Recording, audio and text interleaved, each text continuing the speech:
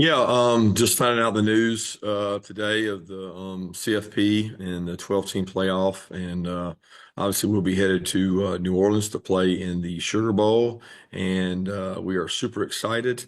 We've got great connections down there, a lot of friends and guys we've met over the years of playing there in the Sugar Bowl. So we're excited, and obviously we don't know our opponent yet, but we've got a lot of time to work on ourselves and try to get better. And that's the biggest thing right now is what's important now. And what's important now is for us to keep trying to challenge ourselves and find ways to get better. All right, we'll start with questions. Jordan Hill. Yeah, Kirby, I saw on the ESPN show you mentioned not having an answer yet on Carson's situation, but given that you guys have essentially a month to get ready for the game, just how valuable will that be if, in fact, you guys have to turn to Gunner?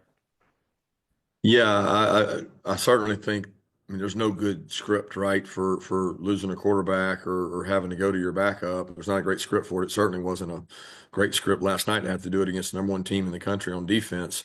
And have to do that at halftime was tough.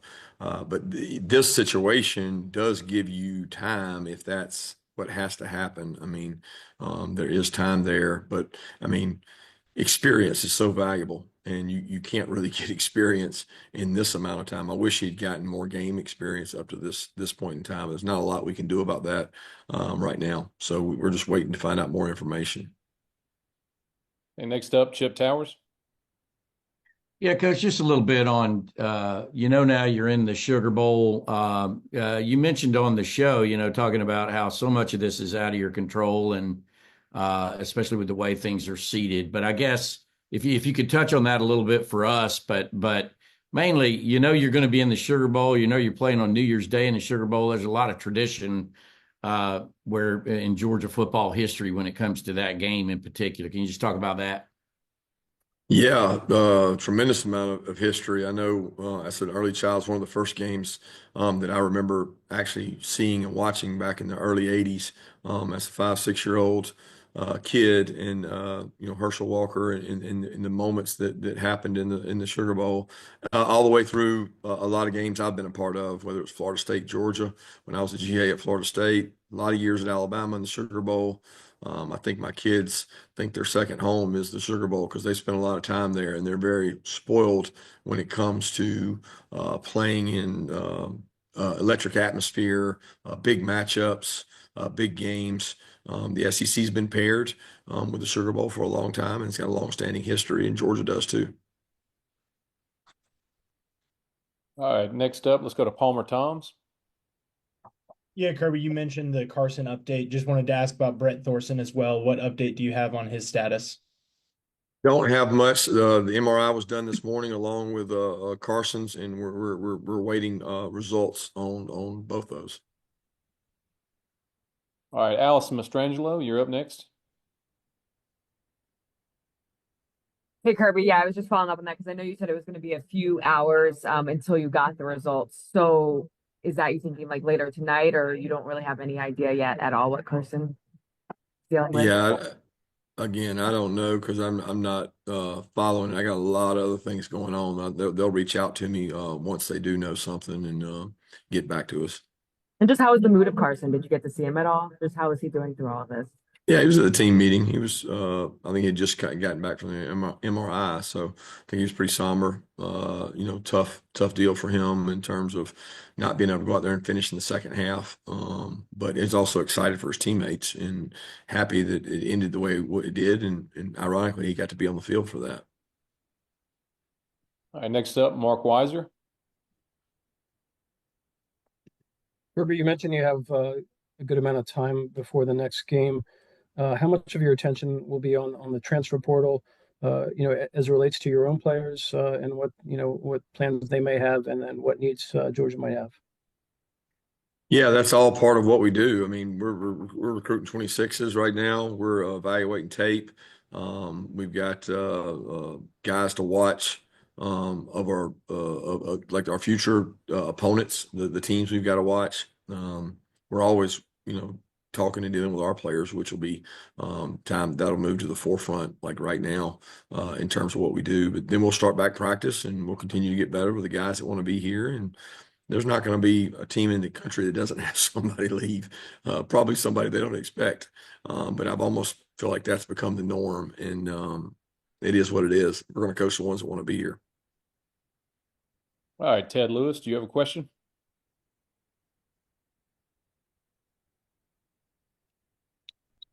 Ted Lewis, are you with us? Do you have a question? All right, anybody else who has a question, please do your raised hand and we'll get there to you. Chris Gordy, go ahead. Yeah, Coach, just curious your thoughts on these two teams. How much have you gotten to see them at all this year, and just kind of the challenge they both pose? Yeah, Chris, I would be remiss if I even commented. I mean, other than knowing Kurt Signetti and Coach Freeman, having immense respect for both of them and the way they lead their programs. I was on staff with Kurt and have competed against Marcus Freeman in his years there at Cincinnati. So I, I can't say a lot about him. You know, I really haven't had a chance. All right, Palmer Toms with a follow-up. Yeah, along those same lines, just what will the balance be like between looking ahead at those potential opponents versus working on yourselves, whereas in the past you've known who you're playing in this time off? Yeah, there won't be a big difference in the balance. You know, we commit 75, 80% to ourselves and growth and development and trying to get our team ready and backups ready. We're always going to be working at us, and then we're going to spend time on our opponents. And it's very similar to an off week for us where we work on 2 or 3 future opponents. We'll continue to work on 2 future opponents in this case, not knowing the outcome of the game. All right, Ted Lewis, we'll give you another try if you can connect with us. Come on, Ted. Yeah, come on, Ted. All right, Mark Weiser, go ahead.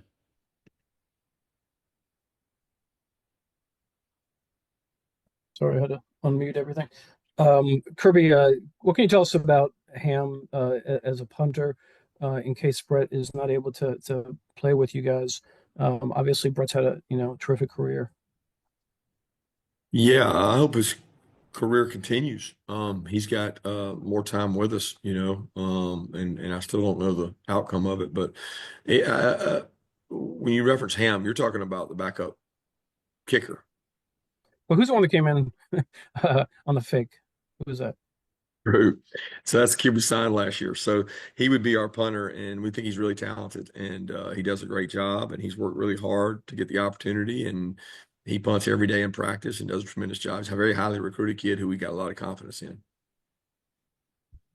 Anthony Dasher. Kirby, just one more Carson question. Were you ever told exactly what he hurt? I think they said it might have been hand, but it looked like it might have been shoulder, arm. I mean, what can you tell us about that? Elbow area is what we understand it to be. I mean, at the time, I didn't know walking off the field. I wasn't sure. It looked like it could be shoulder, like it could be wrist. It actually looked like the blow or the contact was to the wrist/forearm area, but the strain or pain was around the elbow. Next up, Roddy Nabolsi. Kirby, what is your schedule between now and the bowl game? Is it the same 15 before, or how do you work it out? Do you have the 20-hour limit? What is your practice schedule between now and the Sugar Bowl? It's up to the coach. I mean, we have parameters that we use. I've got a model that I've used for years in terms of number of practices you want to get before you break for Christmas, number of practices you want to get afterwards. But there's not school right now, so we're not in a 20-hour week. We have flexibility there. They have to get a day off each week, which most coaches in their right mind give them more than one day off a week. At this point in time, you tend to do every other day, or you do some workouts. I've got a plan of what we're going to do, but as far as parameters, there's not a lot of parameters. You can do about what you want to do as long as you're smart. Thank you. Next up, we'll go to Seth Emerson. Kirby, how much of when Gunner went in, how much was kind of changed on the fly? And how much can you, if you have to go to him over the next month, how much do you have to kind of tweak the offense? Well, I think his strengths are somewhat different than Carson's, obviously, and but we've known that. Like, there's not a game we don't go into that we don't have a plan for Gunner if he were to have to play. I mean, when he's your backup quarterback, he's got to be ready to play. But he functions and operates really well within our current offense. We don't think we have to change much in terms of that. He does give us the capability of doing some different things with his athleticism, and I thought Mike and those guys did a good job using that. The team has a lot of confidence in Gunner. He's very smart, very intelligent. So I don't know that it's a lot of change. It's probably more picking the volume correctly in terms of not having everything that we have with Carson, but having things that fit Gunner. All right, Eric Olson. Hey Kirby, Eric Olson of the Associated Press. Wanted to ask you. I know you can't speak specifically about Indiana as you noted, but just as far as the story of what Kurt Cignetti has done there this year, kind of what's your take on that? Just the way they've kind of captured the imagination of the college football world.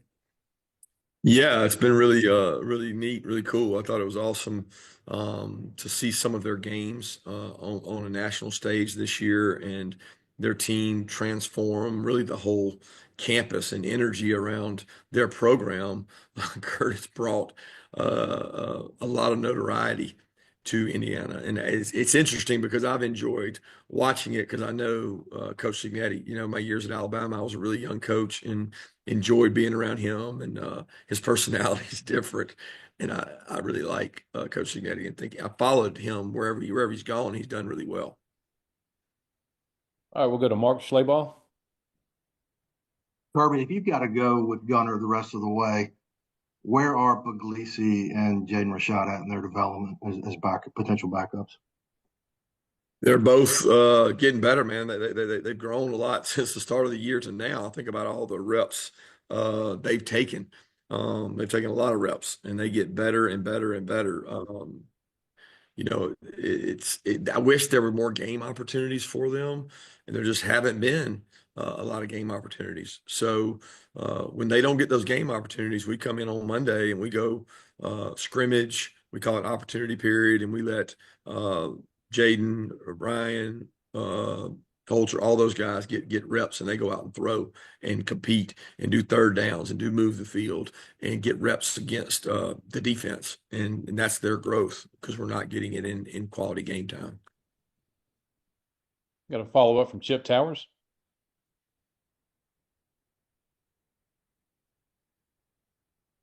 Can you hear me? Yes. Oh, thank you. Sorry about that. Coach, so much happened in that game that we're not able to visit this, but can you recap just sort of the conversations and decisions you were making on that last play that Carson got hurt? I know, that with the clock and everything else, do you try a long kick? What was the thinking there, and how did y'all end up deciding what you decided?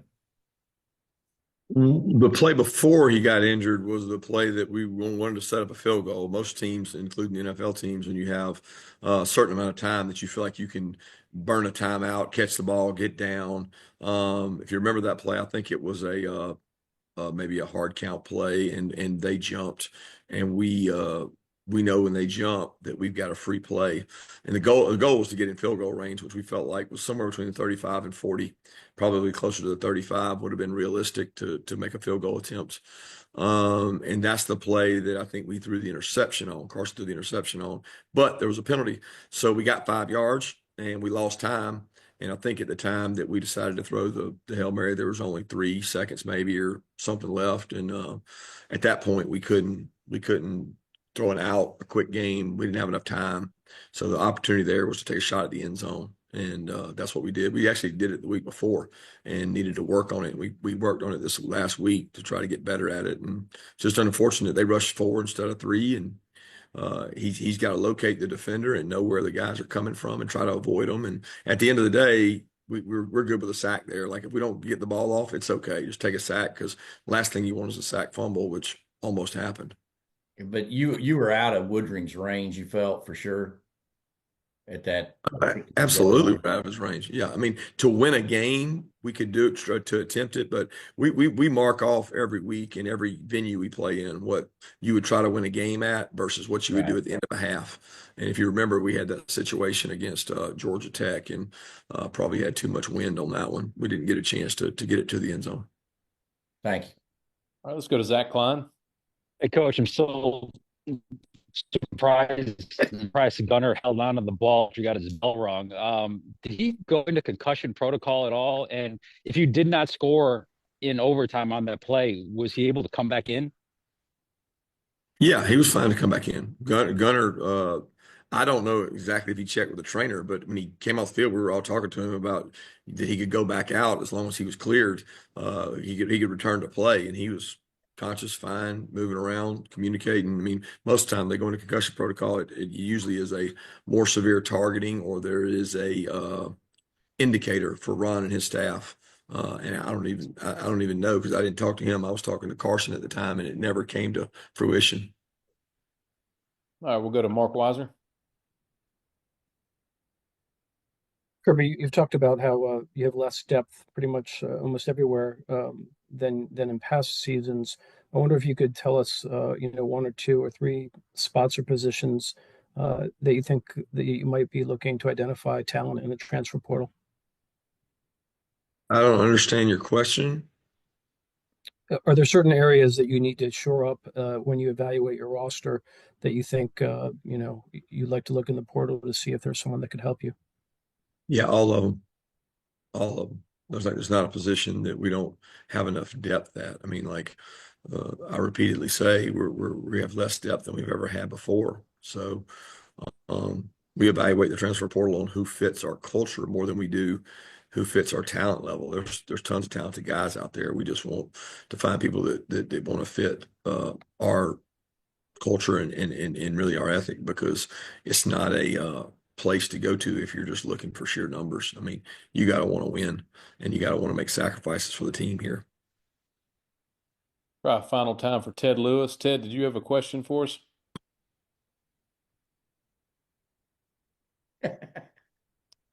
All right, we'll go to Anthony Dasher. All right, hey Coach. We obviously saw Coach Muschamp on the sideline yesterday. Did he have any kind of added impact on the game, the defensive situation yesterday?